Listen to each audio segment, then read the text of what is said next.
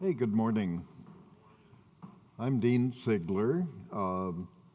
I'm here because you're here, because you are my inspiration to write the blog for the Sustainable Aviation Foundation, Sustainable Skies. How many of you read it? Good, good. When I'm not being too sexy for my clothes or too cool for the room, I go back into my cloistered cell with my three-legged cat, who also acts as my editor. She's not big on punctuation, unfortunately, which I could use some help with. I'm working on making the cheapest electric airplane that's possible at this point, and that's partly an accident that I came to this. I was trying to achieve this, and luckily a happy circumstance this last year put me in line to get a start on this. We're going to look at some very basic, simple aircraft. That's supposedly one way you get a lack of expense. Apologies to Bill Stout, but simplicating and adding lightness was his big thing with things like the Ford Trimotor, for instance. One of the lightest craft is the Gossamer Albatross, but just think about this. It took Paul McCready and his family and friends pretty much all the money they had that they would get out of the winning of the $100,000 prize. They may have actually put more into it in terms of time and energy. Light aircraft like those that appear at the Japanese Birdman rally every year. Some of them are reasonably inexpensive, but most of them cost a great deal. Lightness costs money. I have a stepson who is a championship cyclist. His bikes cost ridiculous amounts because he gets 20-gram seat tubes that cost $30, $40, $100 sometimes. The champion cyclists who race on bicycles made for them for the Olympics. Those bikes are single speed, fixed gear, no brakes. The bicyclist simply clips himself to the pedals. Those cost $40,000 to $100,000. So lightness costs money too. Interesting, the plane on the top is a plane that went the 22 miles equivalent of crossing the English Channel. It's quite a scene to watch it because the Japanese cameramen follow it as it goes out around the islands and everything. And it's a fascinating trip. In England, they're having the British human-powered flying competition, and that'll be in July this year. The French are having something similar, so this is spreading. The airplane here is Betterfly.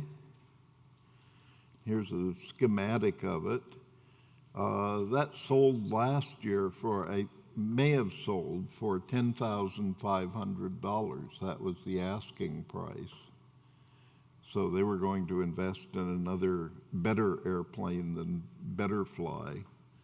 So our whole purpose is to keep power and batteries light so that we can keep the cost of everything down. We don't need big motors. Sigler 2 here goes back to the 80s. Günter Ruschalt, who built this, inspired Eric Raymond to build the first Sunseeker that he flew across the United States in 1990. And Gunther's airplane was this beautifully crafted thing. It had a couple of model airplane motors on the tail. That's the extensions on the tail section. And had solar panels all over. beautifully made. I don't know what it cost. I'm sure it was expensive. It flew, though, could maintain level flight on 755 watts. It's an extraordinary achievement. There's an outfit in Japan on Hokkaido Island, the big island, and these guys have basically put together some very light aircraft. The Olympus SP-1 has a fascinating fabric, a solar fabric on the wings to help achieve solar power. They can fly apparently only in ground effect at this point, but they're flying on 700 watts. They're coming up with the FOP-1, and that'll be their next airplane. It's a more conventional electric airplane, but as you can see, it's all wood construction. It'll be capable of being car-topped, basically. That kind of thinking will help keep costs down for cheap guys like me. Here's a German who took a Mitchell wing. He put a Eck Geiger motor on it. He's also done a beautiful electric wooden bicycle, as you can see. He's quite a craftsman. And taking it back a ways, I went back and looked at my archives, and a presentation I did 10 years ago, there were these Hacker motors. This character put a couple Hacker motors together in a homemade mount, put 2 controllers on this, and flew a 28-pound airplane, the thing on the right, an extra 300 model, and could do vertical 3D flight, hovering on the propeller. Well, of course, that got me all excited at the time because I realized, gee, if a 28-pound airplane can hover, he's got to be getting 28 pounds of thrust, which was pretty extraordinary. And I looked at this as a possibility for sustainer motors for sailplanes. You could pop these in and out as such things do. And here's a later set of twin Hackers. Hacker actually put together a 4-pack. There were 4 Hacker A100s, 4 controllers, all the systems needed and everything, and they drove 1 propeller. But this one was a bigger motor, 2-pack, and as you can see, the picture, unfortunately, is a fossil fuel-powered airplane, but it's doing 3D aerobatics. It's actually hovering there with the guy controlling and everything. So these things can be very powerful. The question is, how cheap can they be? Well, the big Hackers cost somewhere around $1,200. Throw in another $800 or $900 for a controller for each motor, and you're in the $3,000 or $4,000 range just for that part of the program. So not necessarily wonderfully cheap. How many of you have seen Peter Sripol's blogs and everything? He's a wild and crazy guy and terrifically high energy. If you watch his videos, it's like watching MTV or something. He's got that kind of pacing. And he has a couple of cute dogs that he throws in as part of the program. But he built this wood and styrofoam thing out of stuff he got at Lowe's and Home Depot. He put 2 model airplane motors. He got those free because he sells them, and perfect for advertising. And he's been flying this thing, and it flies reasonably well, but very noisy because of the 2 smaller propellers. One of the things we'd like to get away from. Here's a guy named Hollis Albrecht in North Carolina. And he's putting together a ULF-1, which is a German hang glider. It looks like a somewhat conventional glider, but it has a dropout bottom. You can put your feet through there. He's gone a little more wisely with this. He's put a landing gear on it so that he doesn't have to do that. With the extra weight of batteries and 2 model airplane motors, they're going to be flying this. They should be close to done with it by now. Going back, and this is where I get part of my inspiration, the first electric airplane to fly in France was this Soraset. It's a design that has been out there quite a few years. There are dozens of them flying with 2-stroke engines. But this used a 26 horsepower Lynch-type axial flux motor. Very simple instrument panel, as you can see. That's still flying 10 years later.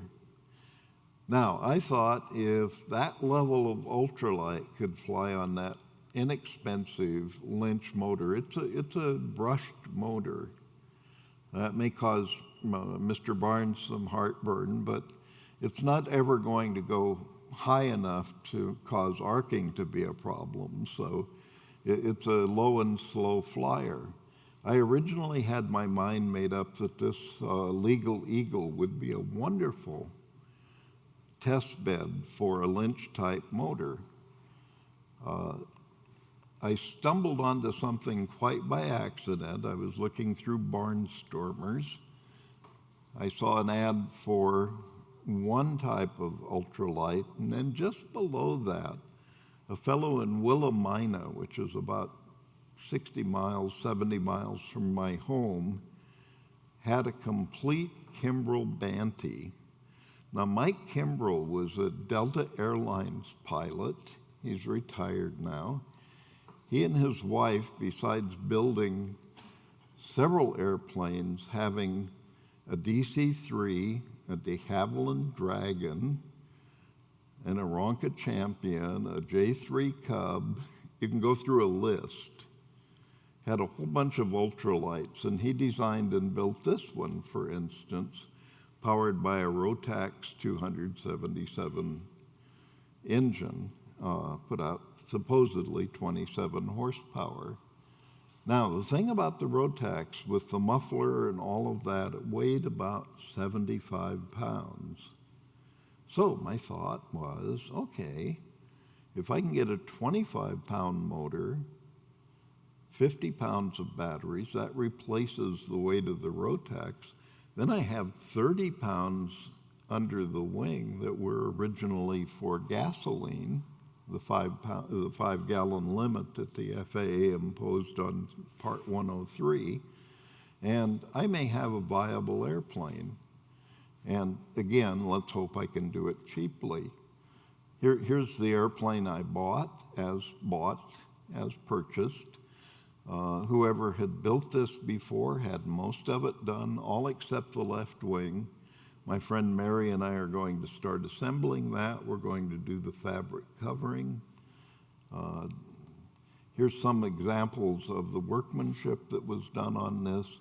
That wing rib jig sold me right there because the guy had spent so much time. That's much more effort than most people put into a rib jig. Here's a comparison. Here's something that's currently available. They just flew it. They have a big flurry of announcements. Now, depending on who you believe, this airplane either costs 35,000 euros, about $41,000, $42,000, or it costs 85,000 euros, which would put it over $100,000. It'd be a very expensive thing. It has about a 15-minute runtime on its little MGM Compro motor.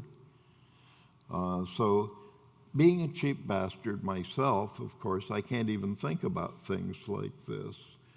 So I'm looking again at cheaper, simpler things.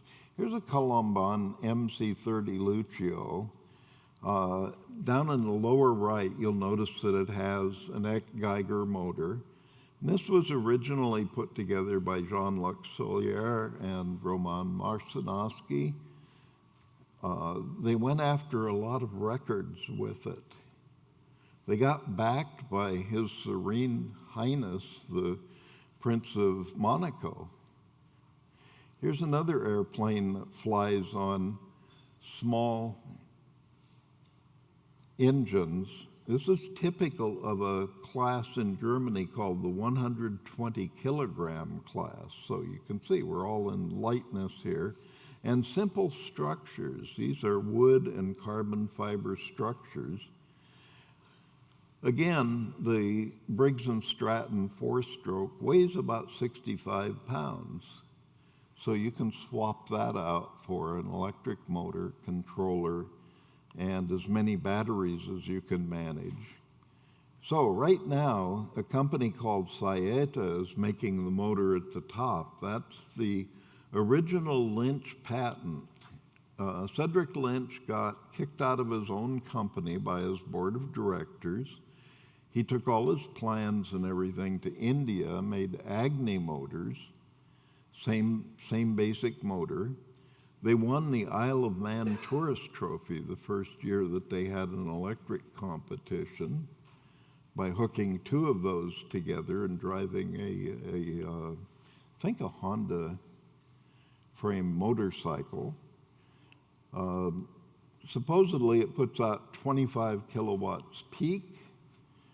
My big problem with it right now, looking at the specs, it puts out 13 kilowatts continuous, which might be a little too little for keeping the Banti or Legal Eagle or other 120 kilogram category aircraft in the air. So that's the thing. Other steps, there's MGM Compro. At the bottom I show an MBRAX. It's 188 millimeters in diameter. It puts out 70 kilowatts peak, way too much for my little plane, and 30 kilowatts continuously. So perhaps one could run something like this in a much lower rating and have terrific reliability, I would assume. Lots of torque, much better specs than the Saeta. So that's going to be a question for me as I go. There are a lot of questions, as you'll see. One of the questions is batteries. I can get a motor, I can get a controller. I have a friend in Wilsonville at Ultralight who makes controllers and would be an excellent resource. Big issue is battery packs.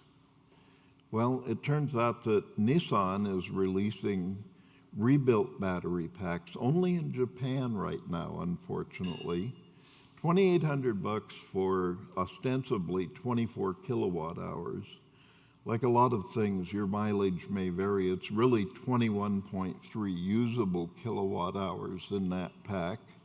What if you took that pack apart and turned it into 3 or 4 airplane-sized packs for microlights or ultralights? That would be like $700 a person for the use of that.